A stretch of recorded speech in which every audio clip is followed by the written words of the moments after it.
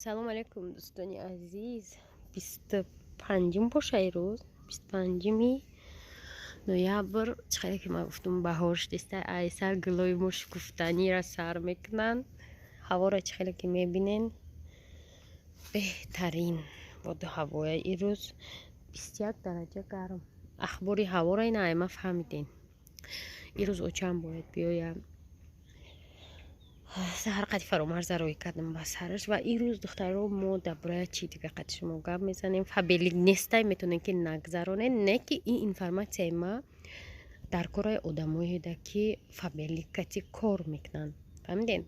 این بهترین شانس برای همون زنکایی که در فبلیگ کار میکنن، مارکتینگ بیزنسی اینترنتی را میدونن. از ما چای پای دام میکنم و میشینم قد شما صحبت میکنم در همین بوره.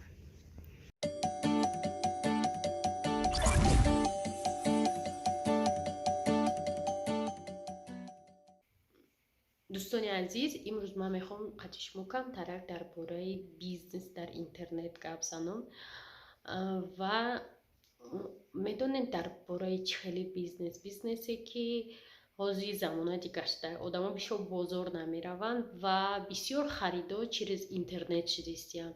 مثلا شما اگر در اروپا باشه آتو آمازون، مثلا ایمی مگزینو زکات میکنه. تاجیکستان الیف داره مگزین. انا Москва Wildberries дорам. Ман боварӣ дорам ки ҳар яки шумо одамое ки дар Россияе айми Wildberries ягон чи ҳатман заказ кардагӣ ҳастед, барои ки бисёриҳо ай ҳами маркетплейс яъне бозори интернетӣ бор мехаранд. ана ба ҳамин хотир давра шудае ки ҳама дар хона шишта пул кор мекунанд ва ман камакага ютуб қафо мондам, камтар дарсҳои ҳамин интернетӣ қатӣ банд будам و قرار دادیم که حتما در Wildberries کار کنم. نه که میدونه چی ایجاده کم ترک مشکلی داره که کم تر خواندن در کار، اینفرماسیا جمع کردن در کار. نه که основной اینفرماسیا درباره کار در Wildberries در می یوتیوب هسته، نه که به زبان روسیه. ҳавай ҳам нуқтаҳои заруриш нест, мисол ҳар як нозукиша гуфтагӣ нестай. видеоуроко ҳастанд, не ки мода камтар мушкилай фаҳмиданаш. ҳозир занакое ки дар фабелик кор кардастиянд ва ё имконияти беҳтарин доранд ки ширкати ами Wildberries будроянд ва бизнеси худшона оғоз кунанд.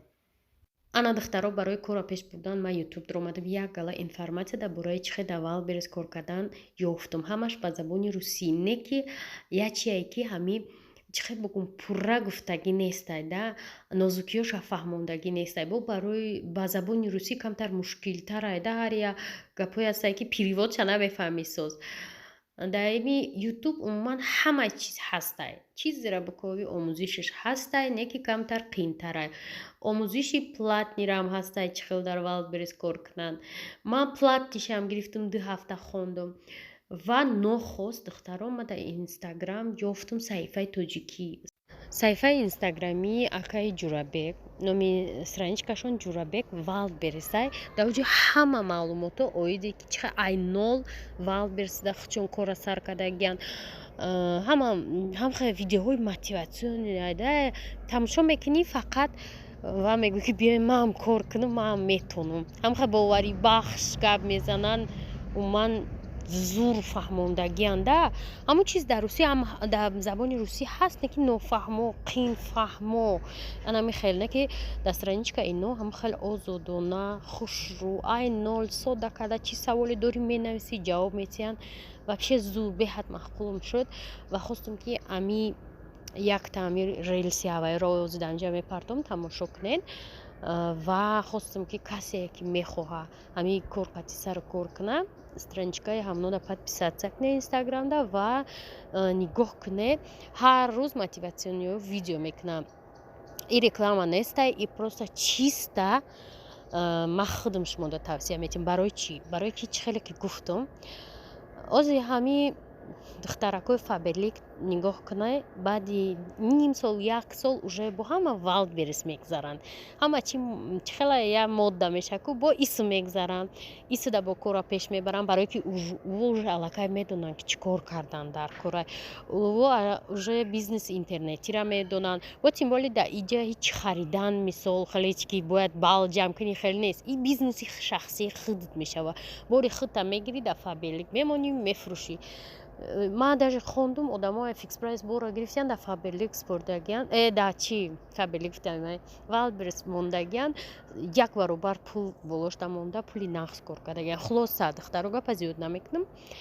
Ссилкаи акаи Ҷурабека мемонам. Як бор бидроен ради интерес нигоҳ кунен одамое ки ми воқеан мехоҳе бизнес карда айхона набаромада як бор бидрои нигоҳ кунен. Ман боварӣ дорам ки шумо агар ки ҳамин бизнеста ягон сарфаҳм ре ҳатман ҳавасманд мешавем. Аз як соати Watch SEM чанд пул кор карда мешавад дар Wildberries?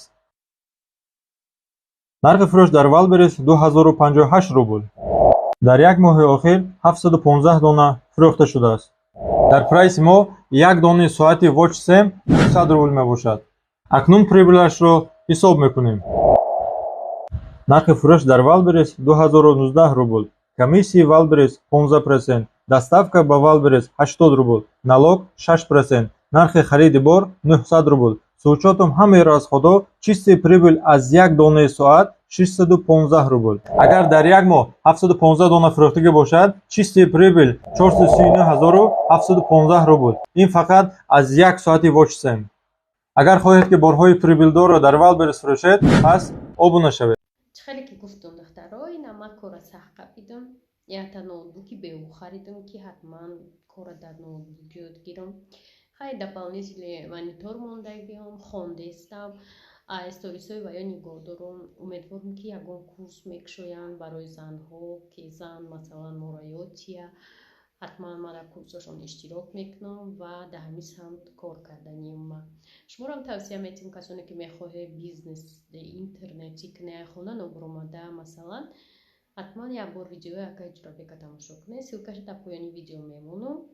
Инстаграмшон бидроем бинен. боқи ҳама сеҳатманду сарбаланд бошед то видеои оянда.